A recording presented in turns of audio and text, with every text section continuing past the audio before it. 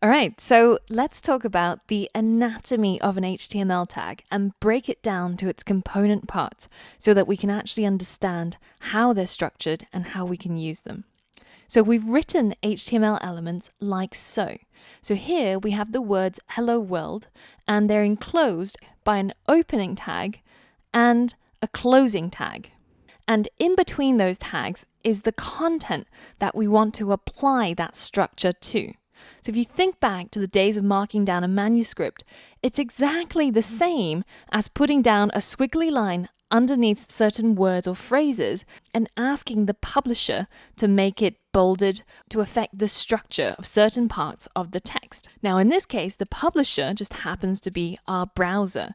So these tags make requests to the browser asking it to structure and display our plain text in the way that the web designer wanted it to be shown. Now, the other type of tag that we just saw are tags that don't have a closing tag.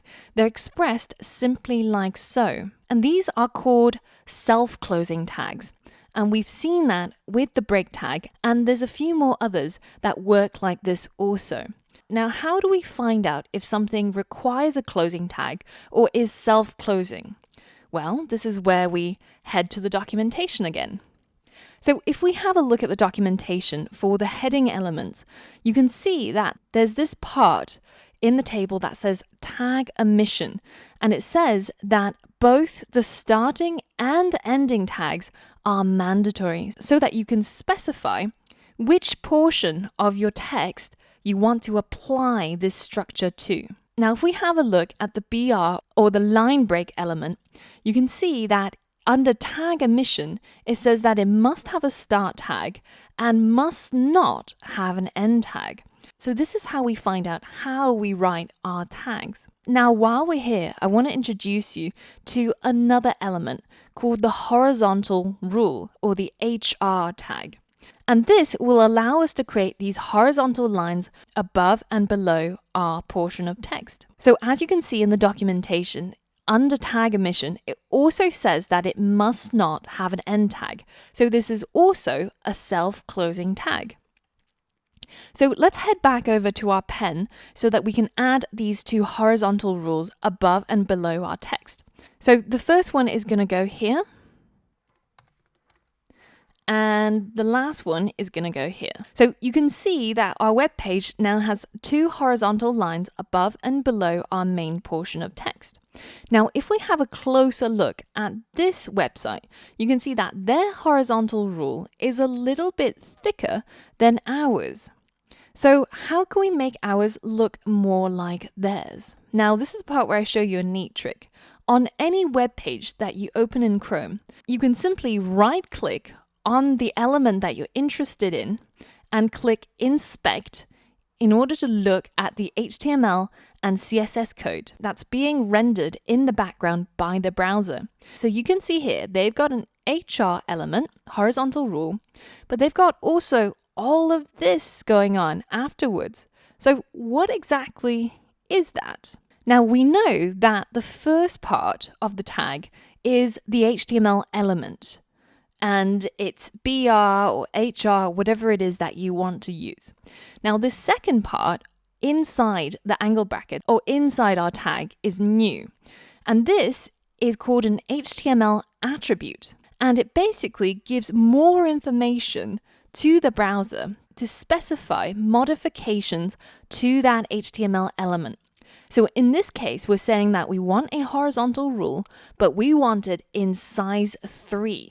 Now, what does size 3 mean? And how do we know that we have these HTML attributes available to us? You've guessed it, we're going back to the documentation.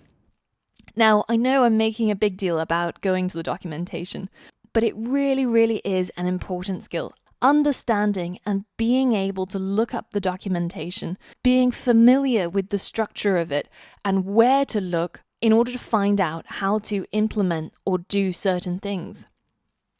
So if we have a look at our documentation for HR, you can see that there's this section called attributes, and that's what we spoke about just now. The attribute comes after the main HTML element and is separated from the element by a single space. In this case, the horizontal rule element has actually quite a few attributes, including a line. So you can specify whether if you want your horizontal line to align to the left or align to the right or be centered. You can specify the color of the horizontal rule. You can set whether if you want the horizontal rule to have shading or not. And you can also set the height in pixels of that horizontal rule, which is what we saw earlier on over here. So in this case, the reason why their horizontal rule looks different to ours is because ours is by default only 1 pixel high or 1 pixel in size, whereas theirs, if you inspect in the HTML, is 3 pixels in height. And they've also specified no shade, i.e. no shading to the horizontal rule. So if we want to make our website a seamless copy of what we see here, then we also have to specify those attributes. So if you remember, the horizontal rule is a self-closing tag. And so inside the tag, we're going to make a space, and then we're going to specify the name of the attribute, which we know from the documentation to be called the size attribute. And we're going to set it to equal 3 pixels. And then we're going to specify that it is no shade, i.e. no shading. And we know all of this from the documentation. So now, once our code updates, you can see that this brand new horizontal rule looks completely different from what it was before. And we can copy this over to the top as well, so that our horizontal rules look exactly the same as what we've got over here. So now we've seen HTML elements that require an opening tag as well as a closing tag.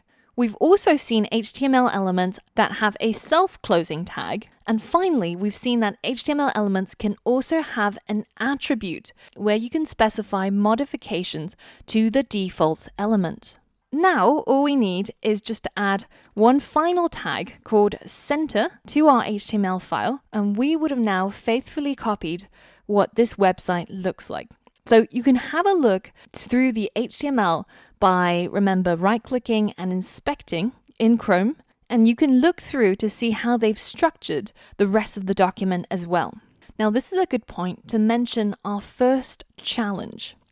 So we've got this CodePen now where we've been messing around with the HTML. Now you can either save this anonymously or you can create a free account in CodePen in order to be able to access this later on. But I want you to create a brand new pen. And this pen is going to be our code playbook. And you're going to use this document as an interactive notebook, if you will. And I want you to document here all the new things that you've learned as we progress through the course. So, for example, in this and the last lesson, we learn about the H1 tag. So in our code playbook, the first thing that's going to go in is your H1 tag. And you can say that this is a level 1 heading created using the H1 tag. We can go ahead and close it off. And you can look through the documentation to perhaps copy some of these code snippets over, but make sure that whenever you're copying, pasting code, that you understand what the code does. There's nothing worse than copy and pasting code that breaks your website because you didn't understand what you've put in there. So we can go ahead and then modify each of these so that when we're creating our own websites and we want to come back to our playbook and have it as a point of reference, then we'll be able to see easily at a glance all of the elements that we've used and that we've learned about before. So my challenge to you is to create your very own code playbook and to start keeping notes on all the things that you're learning in this course.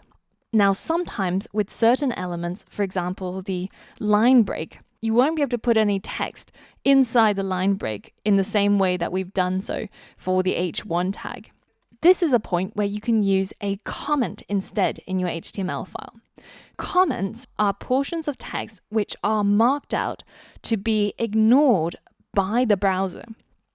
And they're usually places where you write notes to yourself or notes to fellow programmers who might be looking at your code. So in HTML, we create a comment by using the angle bracket, a exclamation mark, 2 dashes, and then to close off the comment, we use another 2 dashes and a closing angle bracket. And everything in between here is a comment. You can see that usually it gets highlighted in a different color, and none of it gets interpreted into the web page. So this is where you can put sections for your notes. For example, self-closing tags. You can make it into several paragraphs just by putting the closing tag at the bottom, and you can write notes on the elements as we come across them and keep this for your own reference. By the time when you're ready to create your own website, it will be a goldmine of a resource to jog your memory on all of the lessons that you've learned. So in the next lesson, we're going to be building our very first website. And it's going to be really, really awesome because we're going to be using a real text editor and we're going to be putting that website live onto the internet. So there's all of that and more yet to come. So I will see you on the next lesson.